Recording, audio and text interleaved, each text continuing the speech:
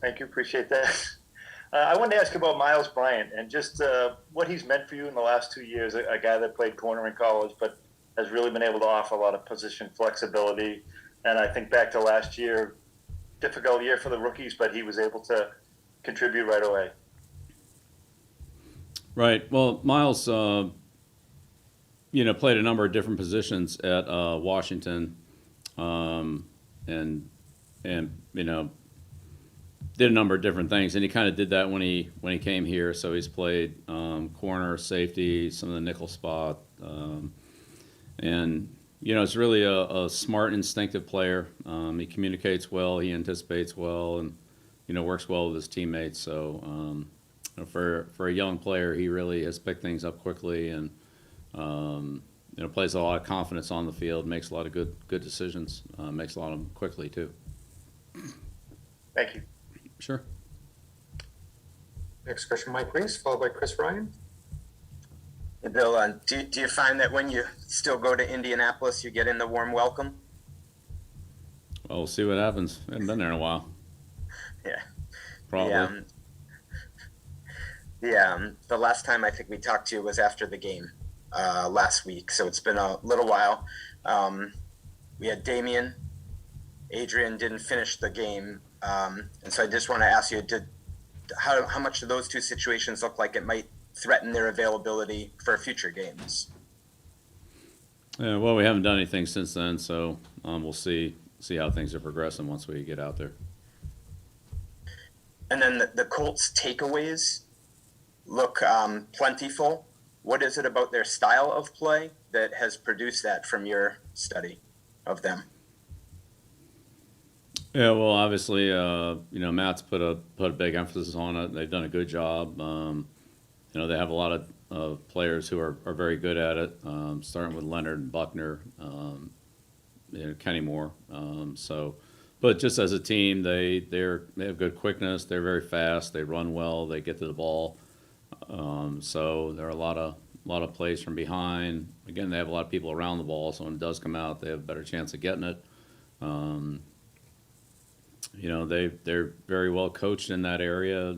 All their players have good ball awareness. But you got a guy like Leonard that's got 6 forced fumbles. I mean, that's it's a lot. So good coaching, good playing, good awareness, and a lot of players that are disruptive. Next question, Chris Ryan, followed by Matt Latour. Morning, Bill. How are you? Hey, Chris. Good. I wanted to ask you about the Colts offense and what you've seen, from them over the last little bit you've been looking at, particularly Jonathan Taylor and what he's been able to do rushing the football. All right. Well, the Colts are a well-balanced team. It starts the offensive line. They have a lot of experience on the line there with, Kelly and then Nelson and Glowinski and, Smith and Fisher. So they definitely know what they're doing, and they've done it together for a while other than Fisher.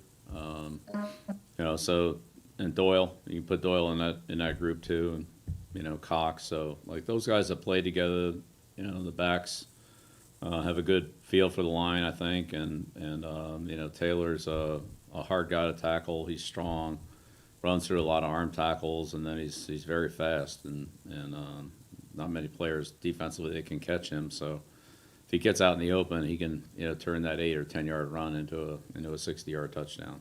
So they run a variety of plays. They run gap plays. They run zone plays, and they hand the ball to some of their skill players to keep you honest, which again ultimately opens up things for Taylor or Hines, whoever it happens to be. So, but he's strong. He catches well. He's got total yards from scrimmage, so some of that's in the passing game. But he's really been effective when he's been able to get through the line of scrimmage and then break a 60 or 70 yard run. Just hard for teams to count on that in the running game, but he's been able to deliver it for him with his speed and running ability.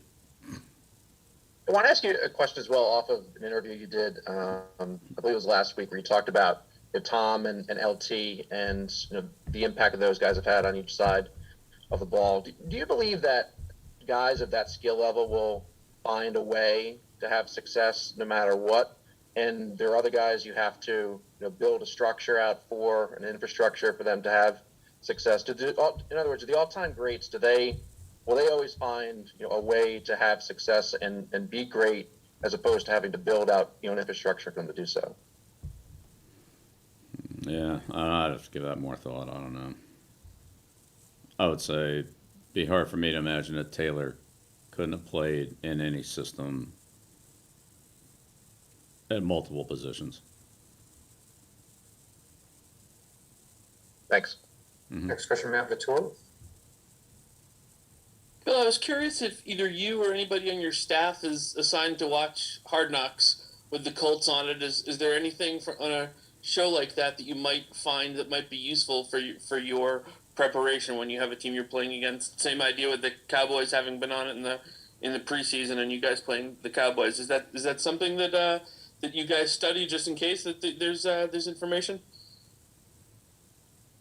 Right. Well, we have people in our organization that scout the games in advance of when we play the team. So starting, 2 or 3 weeks before we play them, they start to, really track those teams and see how injuries have affected or if they've shifted their style of play or, whatever's happened with the team.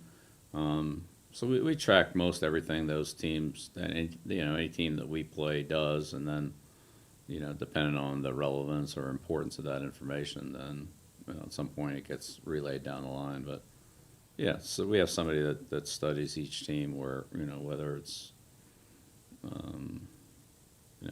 any relevant comments or information that we think is relevant to the preparation for the team, then that could be shared. Sure. Is that something for you if somewhere down the line, if they were to ask you to do it, you'd be pretty cognizant of somebody else doing that because of that? Yeah, there's a lot of reasons why I wouldn't be excited about it. Thanks. Sure. Next question, Phil Perry, followed by Matthew Fairburn. Hey, Bill, wanted to ask about Frank Reich. It looks like, I think they've been up near 30 points per game on average really since last year. Obviously, new quarterback, and they've dealt with some changes. What is it about his style or his scheme or his ability to adapt that you've noticed that has allowed them to kind of sustain some pretty good production on the offensive side? Right. Well, I think a lot of that's related to team scoring. They're the best first quarter team in the league, so that's usually a good thing. They play good complementary football. They turn the ball over. I think they lead the league in points off turnovers. So that's a lot of their counts for some of their scoring there, and they don't turn the ball over. So when you play good special teams, good defense, good offense, collectively all that together, it's usually leads to a good result, both in terms of points and in the final score. So they're well coached. They have a good staff. The coordinators are strong. They've been very productive. Bubba, Matt, and however the offense runs there. But obviously Frank has a big hand in it. But all those units have been productive, and they've gotten points from all of them, or set up points in all of them. So I mean they do a good job. They don't turn the ball over. They get turnovers. They take advantage of them. They play good complementary football. They play good field position in the kicking game. They're very good on third down defense. They can run the ball. I mean, it's a lot of. I don't think you just block one guy and score 30 points. You better have a lot of other things going right too, and they do. Bill, I'm just curious, when you say they're the best first quarter team, is that point scored or is that point differential or how? I think they scored the most points or close to it. I don't know. They're right up there. I mean, they scored a lot of Okay. points in the first quarter. So, not all those are offensive points. Some of them came off turnovers. But again, getting a turnover that's good. But to be able to, convert that into, touchdowns and points, that's, somebody else has to do that. And they've done a good job of it. Thank you. The last question by Matthew Fairburn. Hi, Bill. Wanted to ask you about Devin McCourty. One of the older players in your locker room, and been around as long as anybody, I think, except Slater. How important has he been on and off the field as you've had a lot of new players come in here this year? How important has it been to have a guy like Devin in the room? Yeah, Devin does a tremendous job for us on and off the field. He has great leadership and displays that every day in multiple ways. But his communication and confidence and decision making on the field are exceptional too, and that allows a lot of his teammates to maximize their talents, and he creates a lot of opportunities for them based on some of the decisions that he makes as kind of the quarterback of the defense, if you will, or the guy that's making making some calls, and a lot of times that puts his teammates in good position to make plays too. So, yeah, he's done a tremendous job for us all year, and does it every day. You see his influence on a daily basis. You don't have to wait around until some special occasion. He shows up every day. What's it been like watching the leadership on this team come together as you brought in a lot of new guys, and as you go through the ups and downs of the season? What's it been like as a coach to see new leaders emerge and mix in with the old leadership? Well, it's always an interesting process, and every year it's different, and it turns out differently because there's some change in players and there's some change usually in circumstances. We'll see how it unfolds here as we get into a real critical time in our season, and how things emerge going forward. But we have really good leadership on our team. This team works hard. They come in ready to work every day and put in a solid day's work. And then I knew they do things on their own when we get off the field, whether that's their training and rehab and preparation for the game, or film study, game plan review, and so forth. I think we have a group that works really hard, and we have a lot of leaderships, not just the captains or just one or two guys. We get multiple leaders at every position. So,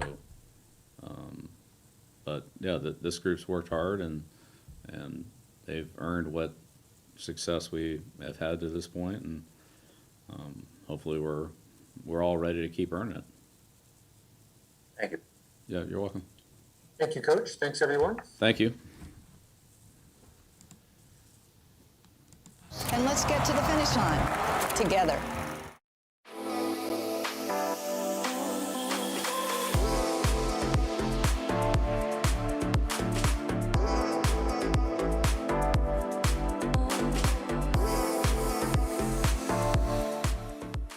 When did Bud Light Seltzer start making lemonade? Probably when 2020 handed us all those lemons.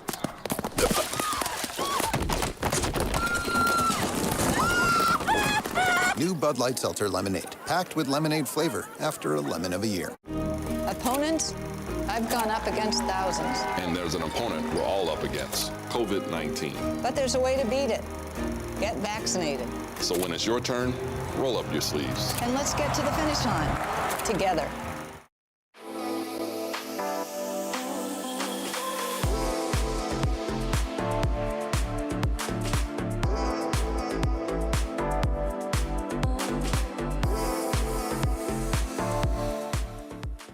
When did Bud Light Seltzer start making lemonade? Probably when 2020 handed us all those lemons.